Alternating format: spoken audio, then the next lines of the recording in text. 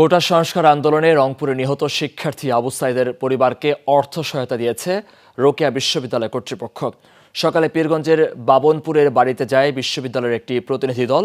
তারা কথা বলেন আবু সাইদের বাবা ও মায়ের সাথে, তুলে দেন 7.5 লাখ টাকার চেক। পাশাপাশি পরিবারের একজন সদস্যকে বিশ্ববিদ্যালয়ের চাকরির আশ্বাস দেয় প্রতিনিধি দলটি। এ সময় উপস্থিত ছিলেন বিশ্ববিদ্যালয়ের প্রক্টর শরীফুল ইসলাম, শিক্ষক সমিতির সাধারণ সম্পাদক সহ আরও অনেকে। গত 16 জুলাই আন্দোলনের সময় পুলিশের গুলিতে মারা যায় রোকেয়া বিশ্ববিদ্যালয়ের ইংরেজি বিভাগের শিক্ষার্থী আবু সাইদ।